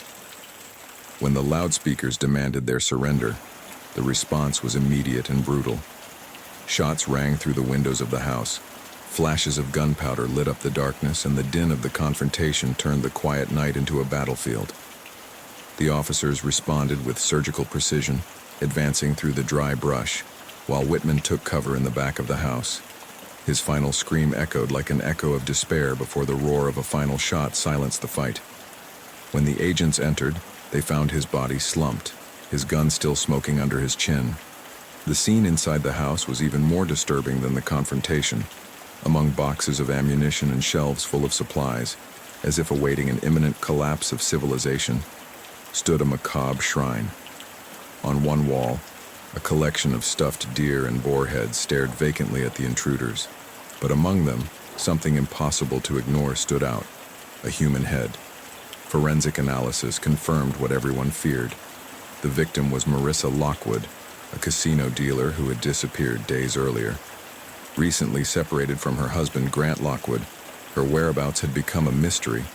Now her body seemed to have met a grisly end at a lunatic's farm. But the horror did not end there.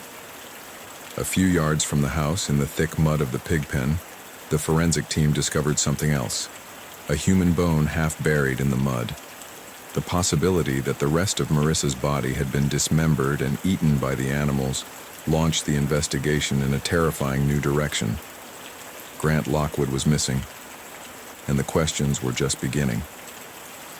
Detective Silas Langley reviewed Earl Whitman's background with the same meticulous patience with which he had solved countless cases in his 20-plus years on the force. He had seen it all: crimes of passion, meticulously planned murders, acts of sheer senseless brutality. But this case had a different feel to it, something that made him uneasy. The horror at Whitman's farm was not just a manifestation of madness, but of an almost ritualistic violence. The files on Whitman confirmed what I already knew. A 55-year-old man, an ex-farmer, a loner, obsessed with conspiracies about reptilian beings infiltrating the government. His paranoia had escalated over the years, fueled by figures like Virginia Price, a cult leader who nurtured these beliefs and who had made Whitman one of her most fervent followers. He also had records of buying weapons, a clear indication that he not only believed her delusions, but was willing to act on them. But what was most striking was her relationship with Grant Lockwood, the victim's estranged husband. They had shared meetings with conspiracy groups, exchanged theories about alleged reptilian control, and discussed the need to eliminate infiltrators. However, amidst all this tangle of background, there was something that didn't add up. There was no indication that Whitman and Marissa Lockwood knew each other. No prior bond, no recorded interaction. And yet her head had ended up as a trophy on his wall. That was what was suspicious. If Whitman had no connection to Marissa, how did he come to be her victim? Who told him she was an enemy to be eliminated? Something about this crime was beyond the insanity of a paranoid. Langley closed the file. I would have to investigate further. Detective Silas Langley was in the same office as always, going over the case files again. No matter how many times he went over the details, something didn't add up. Earl Whitman, the man who had apparently committed the murder, was dead, and the signs of his insanity were abundant. But Langley couldn't help but wonder if there was something else behind it all. The connection between Whitman and Marissa Lockwood seemed to be a key point, but not enough. It was then that Langley realized that the first person he needed to investigate thoroughly was Grant Lockwood, Marissa's estranged husband. Grant Lockwood was 42 years old, and although at first glance his life seemed ordinary, his background said otherwise. He presented himself to society as a successful man, but the reality was different. His occupation as a human longevity expert was a perfect facade for someone who made his living through scams and manipulation. He had been a figure who constantly promised to improve the lives of others with miracle remedies, but he never made it clear what his real knowledge in the area was. He was a manipulator, a man who knew how to present his image to gain trust, but behind that facade hid the truth of a man lacking in ethics and morality. Grant's relationship with Marissa had been troubled from the beginning. Although he had married her, Grant's infidelities were well known in his close circle. Marissa, tired of his behavior, had initiated divorce proceedings. But even in the midst of their separation, Grant showed no remorse or any genuine concern for his wife's disappearance. This attitude raised more than one eyebrow among investigators. Why hadn't he reported her missing? The interrogation of Grant Lockwood was crucial to the investigation. When the agents asked him about his relationship with the conspiracy cult, of which Earl Whitman was a part, Grant's answer was ambiguous. He said that he did not believe in any of the crazy theories that these groups promoted, but he also admitted that if these groups had money, he would be willing to join them, as he was always ready to take advantage of any opportunity. His words, while seemingly harmless, hinted that he had no real principles and was willing to participate in any situation that was beneficial to him, even if it meant getting involved with people who had no credibility whatsoever. The most puzzling point in his statement was the way he spoke of his missing wife. Grant revealed that, although he was separating from Marissa, he had assumed that she had simply left, tired of their relationship. He did not seem particularly concerned about her absence, nor did he show any emotion about it. Langley noted this indifference and wondered if this was really the attitude of a man who had just lost his wife, or if, on the contrary, there was something darker behind this lack of interest. Grant admitted that he had never considered reporting Marissa missing, as he thought she had run away of her own free will, leaving him behind. This made it clear to Langley that something was amiss. Grant was in no hurry to find his wife, nor was he in any hurry to find out what had happened to her. Instead, he seemed more interested in giving vague answers and justifying his indifference, as if Marissa's fate didn't matter to him in the least. This attitude set off alarm bells in the detective's mind. Langley knew that people who behave with such a lack of concern usually have something to hide. Grant Lockwood seemed to be doing everything he could to distance himself from the case, and that only made him even more suspicious. The detective also paid attention to the details of Grant's alibi.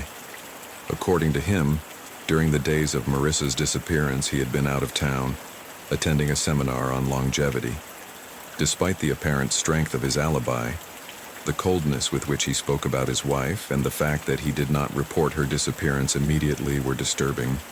There was no hint of distress in his voice, no expression of concern for Marissa's well-being. Instead, Grant seemed more interested in making everything seem less relevant than it really was. Langley couldn't help but think that Grant Lockwood knew more than he was letting on. Lockwood's puzzled attitude, evasive demeanor, and lack of emotion about his wife's disappearance indicated that something was amiss. Although Grant's alibi appeared to be solid, the detective knew he could not completely trust what he was saying. The relationship between Grant and his wife, the strange connections to Whitman and the cult, and Grant's odd attitude only added to Langley's suspicions. The investigation was far from over. Grant Lockwood was undoubtedly the centerpiece of the puzzle, but Langley couldn't rule out the possibility that he was involved in something much bigger than he wanted to admit.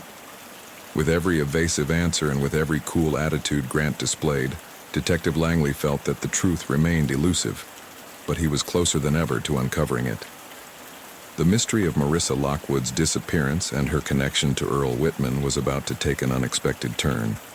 The figure of Virginia Price, leader of a small but fervent group that followed the reptilian theory, had become key to the investigation. At 42, Price was not only a hardcore conspiracist, but also a woman with a commanding presence who had managed to gather a number of followers who shared her twisted worldview. Although she appeared to be a normal woman, her mind was trapped in a parallel universe of conspiracies about reptilian beings infiltrating human society. This obsession had led her to form a secret sect of followers, all convinced that the world was under threat from an alien invasion, covertly disguised as reptilian beings disguised as humans. Virginia Price had met Grant Lockwood, who shared certain beliefs with her, and together they had discussed various theories about the control of humanity by these beings. Price not only followed Lockwood closely, but had also formed a more personal relationship with him. The fact that she was so impressionable and dependent on his beliefs had led her to become even more involved with the issues he presented to her, developing a fascination with everything he said. What intrigued Langley most, however, was the strong belief Virginia had developed around Marissa Lockwood. Virginia Price had come to the conclusion that Marissa was not just a woman, but a reptile in disguise. To her, Marissa was an infiltrator, a threat that had to be eliminated to protect humanity. This notion, fueled by her paranoia and obsession with reptilian theories, made Marissa a prey to be diffused, even though Virginia had never had a direct personal relationship with her. In fact, in her initial statements, Price denied knowing Marissa.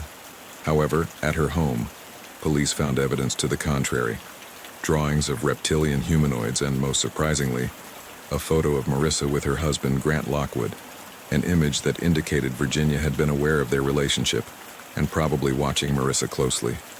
The questioning of Virginia Price was particularly tense. As the questions intensified, the leader of the conspiracy group became increasingly nervous, to the point that she began to panic. Her anxiety culminated when, in a moment of desperation, she bit one of the investigators, believing that he too was a reptile disguised as a human. This episode demonstrated Virginia's extreme obsession with the reptilian theory, leading her to an irrational reaction to authority. The police tried to calm her down, but all they succeeded in doing was to increase her paranoia, as she became convinced that those who questioned her were not human, but part of the reptilian invasion, Although Price denied having any direct connection to Marissa's murder, evidence found in her home suggested otherwise. Langley began to consider the possibility that while Virginia Price had not murdered Marissa with her own hands, her influence over the members of her cult might have been the triggering factor in the crime. If any of her followers believed that eliminating Marissa was a way to protect humanity from a reptilian threat, they may have acted on her orders.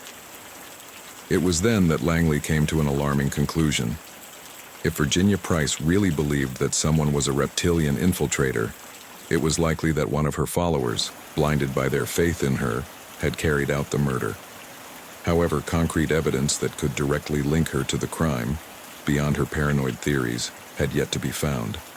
Following the interrogation, Virginia Price was taken into custody in a holding facility, where police watched her closely as she recovered from the shock of being questioned. Although her possible involvement in the crime could not be ruled out, the questions remained many. If she was not the material perpetrator of the murder, who in her circle would have acted on her behalf? And more importantly, how could a cult of conspirators have influenced the events of that fateful night? Langley had a feeling that the answer was near, but there was still much to investigate before a definitive answer could be given. Celeste Harrington, 38, was an enigmatic figure within the cult of reptilian theory followers led by Virginia Price. She had built a reputation as an alien abduction survivor, claiming to have been abducted on several occasions. These experiences, real or fictitious, convinced her that the reptilians controlled the world and that the cult was her only salvation. Her fervor led her to place blind trust in their leaders, including Grant Lockwood, a skilled manipulator who exploited her beliefs to his advantage. Grant, a charismatic con man, won Celeste's devotion by promising to free her from the physical and mental scars that her encounters with extraterrestrials had supposedly left her with. He assured her that he possessed the gift of healing those who had been affected by the reptilians, and Celeste, vulnerable and desperate for an explanation for her suffering, considered him her savior. This emotional dependence led her to become deeply involved in his life, which ended up dragging her into a crime that would change her destiny. Celeste's connection to the murder of Marissa Lockwood became apparent when it was discovered that on the night of the crime she was at Grant's house. Although she tried to offer an alibi, claiming she was there for a healing session, her involvement in the destruction of evidence made her a suspect. Forensics found that the crime scene had been tampered with. Someone had meticulously cleaned the scene with a steam cleaner to remove fingerprints and traces of blood. The evidence pointed to Celeste. In her statement, Celeste admitted that she helped clean up, but insisted that she did not know it was a cover-up. According to her version, Grant asked for her help on the grounds that any evidence in the house could harm her healing work. Blinded by her admiration and trust in him, she agreed without question. However, her collaboration was not just an act of loyalty. By erasing evidence, she was covering up a murder, becoming an unwitting accomplice. As the interrogations progressed, it became clear that Celeste had been manipulated, but also that her devotion led her to act without measuring the consequences. During the interrogation with Detective Langley, she showed signs of anxiety when asked more direct questions. Her nervousness indicated that she knew more than she admitted, and that her involvement went beyond simple obedience. Finally, Celeste was taken into preventive custody while the investigation continued. Although she was not considered the perpetrator of the murder, her involvement in the cover-up showed that she had key information. Langley understood that Grant Lockwood's close circle was deeply involved in the case, but there were still unanswered questions. To what extent had Celeste been manipulated? What did she really know about Grant and Marissa's relationship? And above all, what role did Grant play in this complex web? Marissa Lockwood's death seemed to be just the beginning of something much darker. With all the evidence gathered, Detective Silas Langley finally had all the pieces of the puzzle he had been piecing together for weeks. Despite the complexity and the multiple people involved, the case that had begun as a missing persons mystery had morphed into something far more macabre. Marissa Lockwood was dead, but her murder had not been the work of a single person. It was the result of a carefully executed plan by a network of manipulators, each with his or her own motivation, but all connected by the same ambition and delusional beliefs. Key evidence Langley had collected during the investigation proved instrumental in unraveling the truth. The sword that had been used to decapitate Marissa Lockwood was found in the home of Virginia Price, the reptilian cult leader. The sword, covered in Virginia's and Marissa's fingerprints, confirmed what initially seemed like a wild guess. Virginia Price had been the perpetrator of the murder. Convinced that Marissa was a reptilian in disguise, Virginia did not hesitate to execute her plan, believing that by eliminating her, she was protecting the world from a cosmic threat. Virginia's fanaticism blinded her completely, and her involvement in the crime left her irrevocably linked to Marissa's death. The next finding was even more disturbing. In Earl Whitman's pigsty, forensics uncovered a human bone, an exact match to Marissa's remains. This discovery confirmed Langley's suspicion. Earl Whitman, after the murder, had dismembered Marissa's body and fed it to his pigs. The violence with which Earl treated the corpse, dissecting its head and mounting it as a trophy, showed his macabre fascination with control and violence. The fact that Whitman had participated in the cover-up of the crime, far from being a simple act of insanity, was a premeditated act of disfigurement and concealment. Another crucial element was the crime scene cleanup. The steam cleaner found at Grant Lockwood's house contained Marissa's hair and Grant's fingerprints. This not only implied that Grant was present at the scene, but that he had taken an active role in erasing the evidence. Langley had no doubt. Grant Lockwood had not only manipulated the others to carry out his plan, but he had also been privy to the details of the crime and had done everything possible to erase any traces that might incriminate him. The fact that he was involved in cleaning up the scene made it clear that he had something to hide. The case was taking shape. Virginia Price had killed Marissa, convinced she was a threat to the world. Earl Whitman had destroyed her body in a manner as macabre as his obsession with conspiracy theories.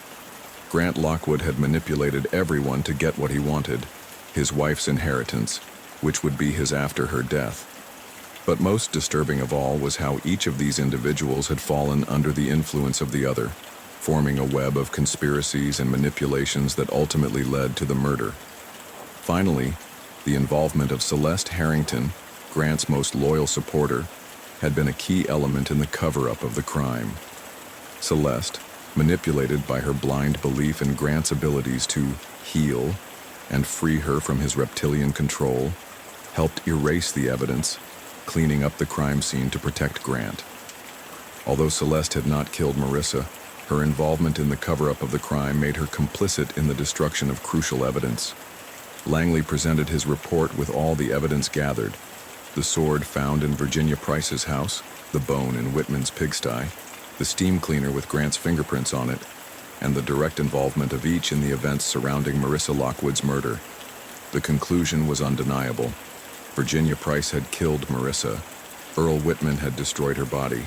Grant Lockwood had manipulated everyone to get his hands on the inheritance, and Celeste Harrington had covered up the crime. The trial that would follow would be as complex as the case itself, but Langley knew the truth was out.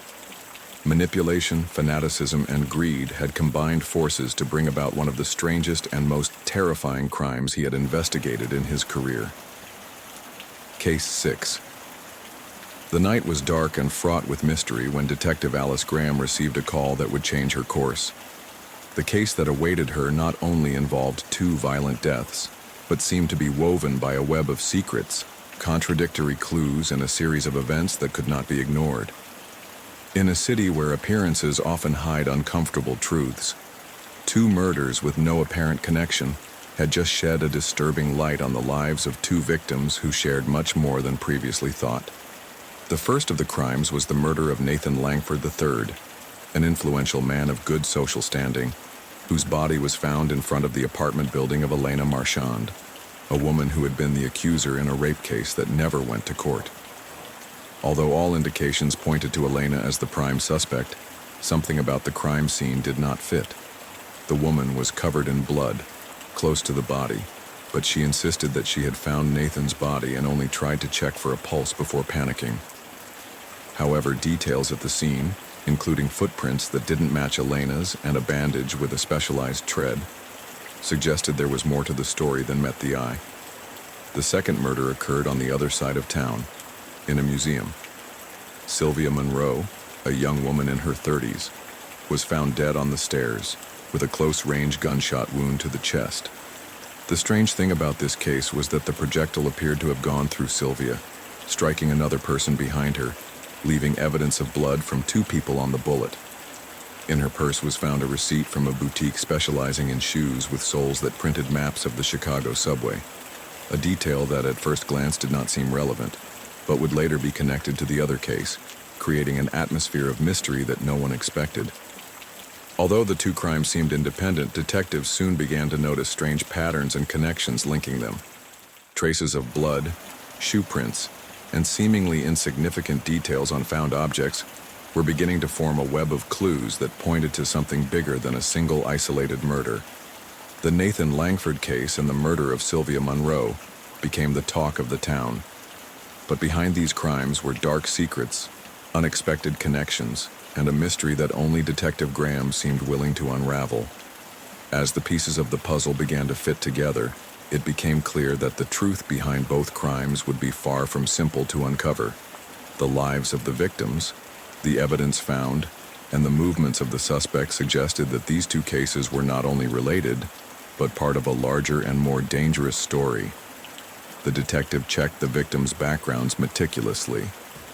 Nathan Langford III, 35 years old, was a successful real estate entrepreneur with a shady history. Born into a wealthy family, he used his money and influence to evade multiple accusations of sexual assault, including one by Elena Marchand. Although justice never convicted him, his reputation was tarnished, and he amassed enemies who yearned for revenge.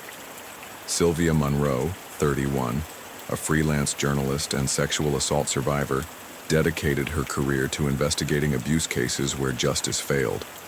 Along with other victims, she probed the corruption that protected powerful men like Langford.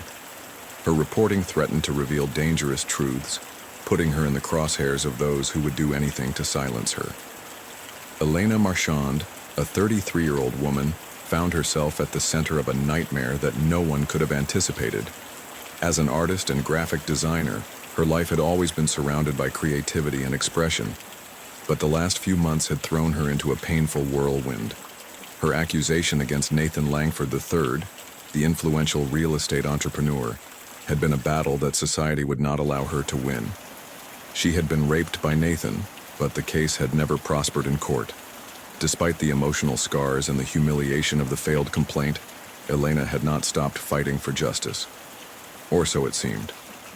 When the police arrived at the crime scene, Elena was found covered in blood near Nathan Langford's body. Her presence at the crime scene, along with her direct link to the victim, made her the prime suspect at first. The scene was full of disturbing details. Elena, pale, her eyes filled with panic, did not know how to explain her presence. The sight of Nathan's body brutally stabbed in front of her had left her in shock, and her first impulse had been to check if he was still alive. But when she saw that there was nothing to be done, despair had overtaken her, along with tremendous anxiety. The detectives questioned her cautiously. They knew that, given her past, Elena had a clear motive for wanting revenge on Nathan, who had never paid for the harm he had done to her. She had been a victim of the system, a woman who had been stripped of her voice by Nathan's power and influence. But now, with his body in front of her, many thought that perhaps she had decided to take justice into her own hands. However, the first step to unraveling the truth was to understand what had really happened at the crime scene. Elena, visibly upset, insisted that she had not killed Nathan. In her statements, she explained that when she found him, she had only tried to check his pulse, in a vain attempt to save him. Elena's words seemed sincere, but in the investigation, the police had to consider all possibilities. Her proximity to the body, her state of panic, and the blood on her clothes demanded further examination. The detectives decided to examine the evidence more closely. A luminol analysis performed on her clothing revealed that the blood she was wearing was not the result of a direct attack, but was a secondary contact. In other words, Elena was not covered in blood because of an assault on Nathan, but because she had touched the body after his death. which was consistent with her version of events. As the evidence accumulated, the evidence pointed to the fact that Elena had not killed Nathan, although she was deeply affected by the scene she had encountered. Traces of blood on her clothing indicated that, upon encountering the body, Nathan's blood had transferred to her clothing due to contact with him. There was no sign that she had committed the murder, and the evidence indicated that the blood on her body was simply a result of her panic, not active participation in the murder. Elena Marchand had a clear motive for wanting revenge against Nathan Langford III. The rape, the injustice she suffered in court, and the public humiliation placed her at the center of a complex web of emotions. But there was insufficient evidence to link her directly to his death. Investigators soon concluded that, although her relationship with Nathan was deeply troubled, Elena was not responsible for his murder. With the eyes of the police and the community upon her, Elena was still caught in a whirlwind of confusion and panic. But the truth was slowly beginning to emerge. She was not the killer, but the Nathan Langford III case had struck a chord in her, one that had more to do with grief and helplessness than the justice she ultimately never received. Detective Graham knew that the case did not end with Elena, and that the key to solving this mystery had yet to be discovered. But Elena's interrogation had been crucial in taking a step back and examining other possibilities, without letting emotions and passions cloud judgment. Detective Alice Graham had been investigating the murder of Sylvia Monroe, with the certainty that the pieces of the puzzle were beginning to fit together, but many answers were still missing. The call she received from St. Andrew's Hospital gave her the opportunity to move the case forward. Daniel Foster, a 40-year-old man, a former model and known for his link to an unsolved murder from years ago, was in the hospital with food poisoning, the same condition that had afflicted Sylvia. More disturbing, however, was that Foster also had a gunshot wound, which appeared to have been the same one that killed Sylvia. With this in mind, Graham rushed to the hospital. Upon arrival at the hospital, Foster was in an observation bed, partially recovering from food poisoning and the gunshot wound. He was visibly tired, with an expression that showed both pain and a certain coldness to the situation in which he found himself. Graham's presence in the room made him aware that his story was beginning to fall apart. With a history of being acquitted in the murder of another model years before, his name was already permanently linked to violence. When questioned, Daniel began to tell his version of events. According to him, he had met Sylvia Monroe through the internet, and after several conversations, the two decided to go out to dinner, a seemingly normal dinner that soon turned into something much more somber. After dinner, Sylvia reportedly confronted him with a gun. She demanded that he confess what she claimed he had done to other women. The atmosphere, tense and charged with accusations, escalated into a struggle between the two. During the altercation, the gun went off, and the bullet hit Sylvia, killing her. In the midst of the chaos, he was also wounded, hit by the same bullet. Although Daniel's version seemed to be that of an accident, the situation was not so simple. The police had found key evidence that did not match his account. Although he was trying to present the incident as a case of self-defense, evidence of luminol on his clothing, along with food poisoning that matched the food Sylvia had eaten, complicated Daniel's narrative. The evidence revealed that the bullet that killed Sylvia also contained her blood and his, indicating that Foster had not only been involved in the incident, but also may have had a more active role in the crime than he claimed. Suspicion grew even more when considering his history of violence. Daniel Foster had been acquitted years earlier for the murder of a model, a case that, while failing to incriminate him directly, left a trail of doubt and unresolved theories. This connection to an unsolved crime from the past was hard to ignore, especially when his behavior and history seemed so deeply marked by violence. Moreover, the version of events he offered in relation to Sylvia did not completely fit with the findings of the investigation. Foster attempted to justify his actions, claiming that he acted in self-defense and had no intention of killing Sylvia. However, his alibi was beginning to crumble as more details of the crime scene and forensic evidence came to light. traces of blood on his clothes and traces of his presence at the crime scene left no doubt that his version did not completely match the facts. Despite his attempts to defend himself, Daniel Foster was increasingly suspected in the murder of Sylvia Monroe.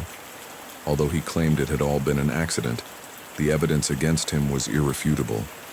His presence at the scene, his direct involvement in Sylvia's death, and his gunshot wound made it clear that the incident had not been as simple as he made it out to be.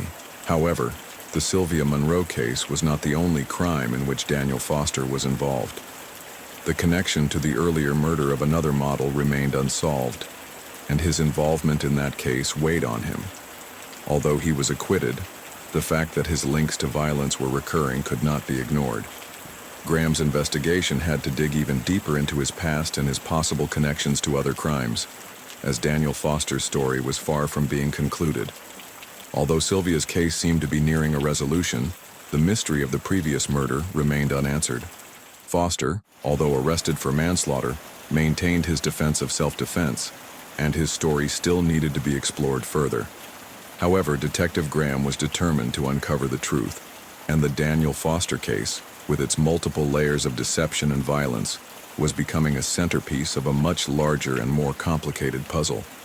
The investigation that Detective Alice Graham was conducting seemed to be moving forward by leaps and bounds, but the connections between the crimes were becoming more intricate. Sylvia Monroe, the murdered journalist, had had closer contact than initially appeared with Margot Caldwell, a 34-year-old book editor whose life was marked by deep personal trauma. In their social networks, it was discovered that Sylvia and Margot shared a close relationship, a connection based on the traumatic experience they had both lived through: sexual assault. This mutually supportive relationship was what initially brought them together. But as the details of the case were uncovered, it became clear that their bond could be much more sinister. Margot Caldwell had been a victim of sexual assault years before, an experience that left physical and emotional scars that were never completely erased. Over the years, she had tried to overcome that past, but like Sylvia, the injustice of the system and the lack of convictions for the aggressors had irreversibly marked her life. It was in this context of pain and struggle to find justice that Margot met Sylvia on the subway, a chance encounter that quickly turned into a friendship deeply rooted in their shared suffering. On cross-examination, Margot admitted to meeting Sylvia during one of those routine days when the pain of the past seemed to be the only thing that brought people with similar injuries together. Both recognized each other as survivors, and in a short time, they formed a bond of mutual support that helped them cope with the emotional burden of their respective traumas. However, as their friendship grew stronger, so did their distrust and anger toward the justice system. The helplessness of seeing women's abusers go unpunished prompted them to take action on their own. Margot revealed during her interrogation that, together with Sylvia, they decided to take justice into their own hands, acting as a kind of avenging force. The idea of punishing those whom the system had let go free consumed them, and both Nathan Langford III's and Sylvia Monroe's crimes were born out of their shared desire to do what the system had failed to do: bring a just end to the cases of abused women. Margot admitted with a mixture of shame and resolve that it was she who stabbed Nathan Langford III. She saw him as the last of many men who would never face the consequences for their crimes. However, the evidence against her was as clear as it was frightening. A train ticket found among her belongings linked Margot to Nathan Langford's crime scene. The prints on the pattern on the sole of the shoe matched perfectly with the prints found at the murder scene, a pattern that, as the investigation had revealed, belonged to a shoe boutique specializing in soles that printed maps of the Chicago subway. This finding, seemingly innocent at first, revealed a direct connection between Margot and the murder. As the interrogation progressed, another, more disturbing discovery came to light.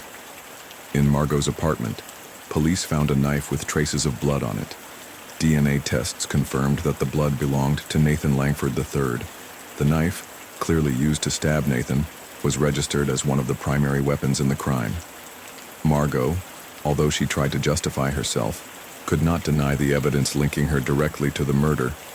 Margot was trapped in her own story. Her story of revenge, though born out of pain and despair over the lack of justice, did not exonerate her from the gravity of her actions.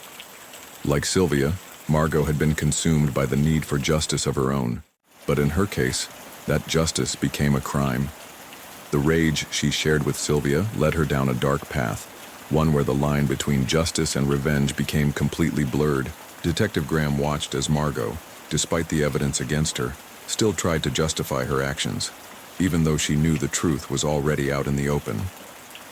The Nathan Langford III case, initially seen as an impulsive murder of a woman seeking revenge, revealed a much larger pattern, a web of pain, frustration, and drastic decisions made by women who felt the justice system had failed them. Margot Caldwell's story, while reprehensible, was also a reflection of a system that sometimes leaves victims with no other path but to take justice into their own hands. The truth about the crimes was finally coming out. Margot Caldwell had been instrumental in Nathan Langford's death, and the connections between her, Sylvia, and the other events were beginning to close. The case, which at first seemed complex and unresolved, was reaching its denouement. But the story of pain and revenge that had given rise to it would continue to resonate in the hearts of all involved. The resolution of the case came when Detective Alice Graham connected the scattered pieces of the crimes. Through the evidence found in the shoe boutique and the train ticket, it was revealed that Sylvia Monroe and Margot Caldwell had formed a secret alliance with the intention of bringing justice on their own, punishing the men the justice system had let go free. Both women, united by their traumas of sexual assault, decided to act outside the law to avenge their suffering. Sylvia had planned to kill Daniel Foster, but the confrontation went wrong, and she ended up dead in a struggle with him. The accidental shooting, which also wounded Foster, was presented as self-defense, but evidence indicated that his reaction was excessive, leading to his conviction for manslaughter. On the other hand, Margot stabbed Nathan Langford III, believing she was acting in the name of justice. Little did she know that Elena Marchand, the woman who had accused Nathan of rape, would find his body. Elena was initially implicated, but was exonerated thanks to evidence of secondary contact with the murdered man's blood.